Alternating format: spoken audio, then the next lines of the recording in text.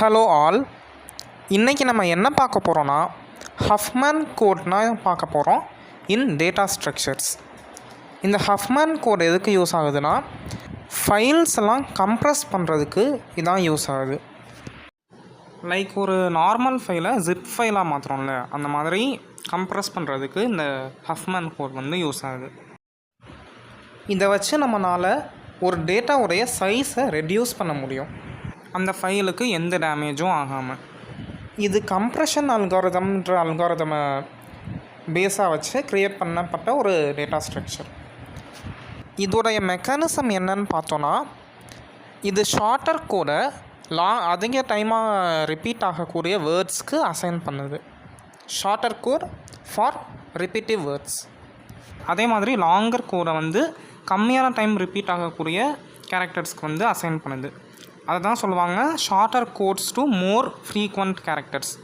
அதிக number of கேரக்டர்ஸ்க்கு shorter கோடையும், கம்மியான நம்பர் ஆஃப் கேரக்டர்ஸ்க்கு லாங்கர் கோடையும் அசைன் பண்ணுறது தான் இந்த ஹஃப்மேன் கோட்.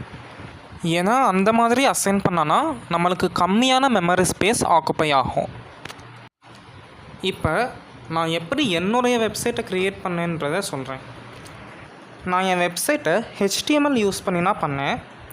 ஃபஸ்ட்டு 2 பட்டன் வச்சுட்டேன். அதில் ஆட் ரோ பட்டன் கிளிக் பண்ணும் போது நியூவாக ஒரு ரோ ஆட் ஆகிற மாதிரி ஜாவா ஸ்கிரிப்டில் ஃபங்க்ஷன் செட் பண்ணேன்.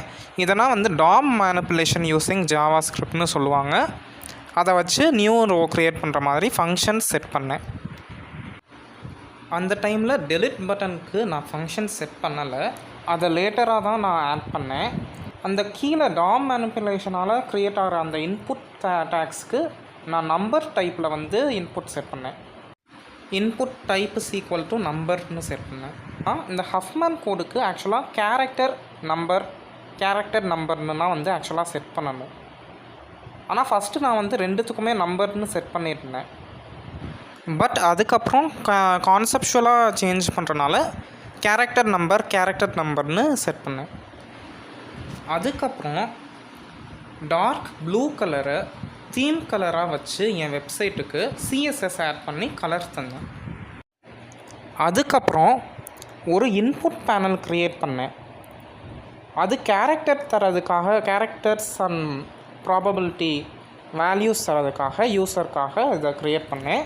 இதுதான் யூஸர் எந்த டேட்டாவை என்கிரிப்ட் பண்ணணும்னு நினைக்கிறாங்களோ அதை தரதுக்கான இன்புட்டாக இருக்கும். அந்த ப்ளஸ் பட்டன் தரும்போது எவ்வளோ இன்புட்ஸ் வேணாலும் ஆட் பண்ணிக்கலாம், அந்த மாதிரி செட் பண்ணேன். செட் பண்ணது மட்டும் இல்லாமல் அதில் வேல்யூஸ் என்டர் பண்ணும்போது என்ன வேல்யூஸ் என்டர் பண்ணோமோ அதை சிம்பிள், ஃப்ரீக்வன்சி அண்ட் ஆக்ஷன் அப்படின்னு 3 காலமில் என்ன இன்புட் தரோமோ அது வரும். சிம்பிள்ன்றது நம்ம என்ன வேல்யூ தரோமோ அந்த வேல்யூ, அது என்ன நேம் வேணாலும் இருந்துக்கலாம், ABCன்னு இருந்துக்கலாம். ஃப்ரீக்வன்சின்றது என்னென்னா நம்மளுடைய அந்த பர்டிகுலர் கேரக்டர் அந்த ஒரு வேர்டில் எத்தனை டைம் ரிப்பீட் ஆகிருக்குன்றதை நம்ம செட் பண்ணணும்.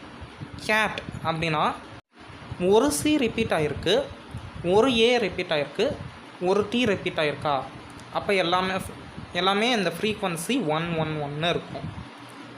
அதே மாதிரி டாக் அப்படின்னா ஒரு D ரிப்பீட் ஆகிருக்கு, ஒரு O, ஒரு G. குட் அப்படின்னா ஒரு G, 2 O ரிப்பீட் ஆகிருக்குல்ல, அந்த 2 டைம்ஸ் ரிப்பீட் ஆனதுனால அதோடைய ஃப்ரீக்வன்சி ஓடைய ஃப்ரீக்வன்சி 2. இந்த மாதிரி ஃப்ரீக்வன்சி செட் பண்ணுறதுக்காக இந்த ஃப்ரீக்வன்சின்ற காலம். இதை நான் என் வெப்சைட்டில் யூசர் கேரக்டர் அப்புறம் ப்ராபபிலிட்டி இன்புட் தந்தால் ஆட்டோமேட்டிக்காக இந்த ஃப்ரீக்வன்சி செட் ஆகிற மாதிரி இந்த வெப்சைட்டை க்ரியேட் பண்ணியிருக்கேன். ஸோ இப்போ கேரக்டர் அண்ட் ப்ராபபிலிட்டி மட்டும் தந்தால் ஆட்டோமேட்டிக்காக ஃப்ரீக்வன்சி செட் ஆகும்.